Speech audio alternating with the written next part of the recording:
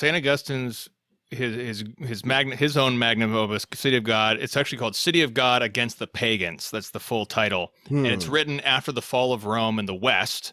And this is where many Christians were rather shocked because they so closely identified the fortunes of Rome with the fortunes of the church.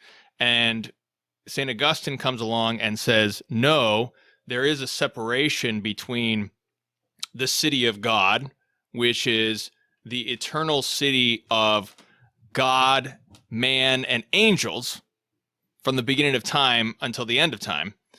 And there it is intermingled with the city of man because at the end of time, we don't know who's going to be separated in the final judgment. And it is a method that St. Augustine employs. The first half of that book is refuting paganism.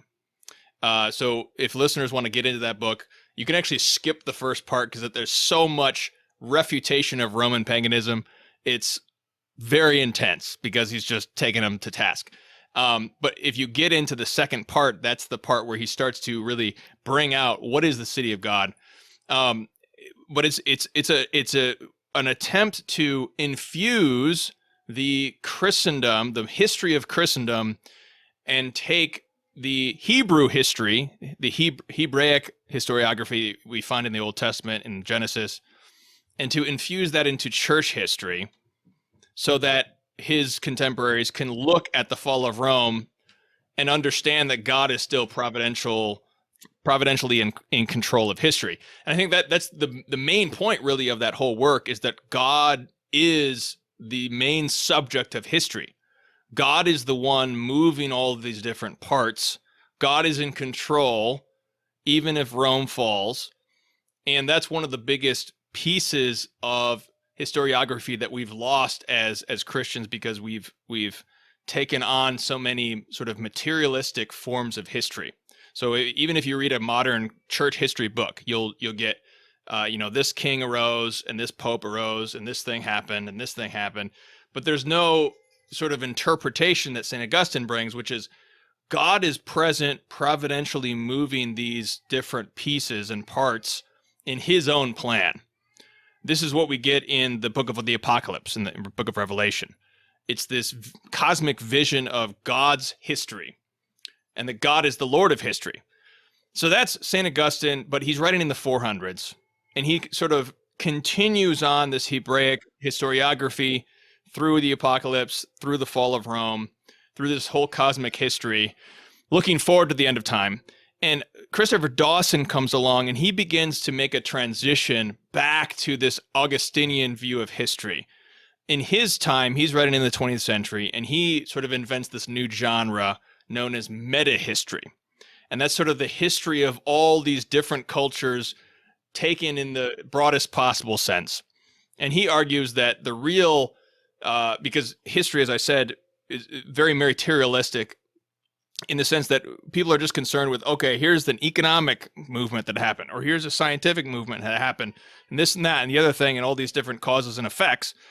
But Dawson says the moving of history is being moved by religious causes. And you can even think of it in a purely naturalistic sense and just think about the cultists, the cultic rites of a culture, and how those are that's the momentum of a culture, is this cultic rite, which gets passed down from generation to generation in every different culture.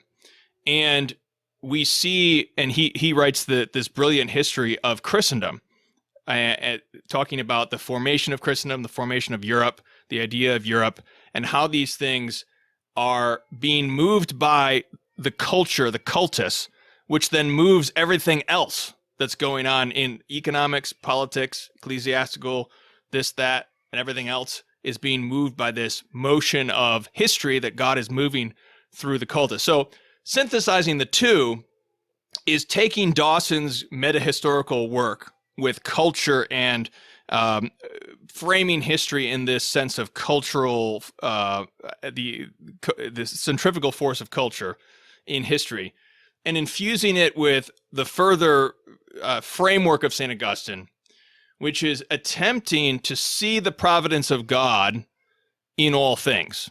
And so what my book is attempting to do is it's attempting to frame our current controversies that we deal with every day as Catholics.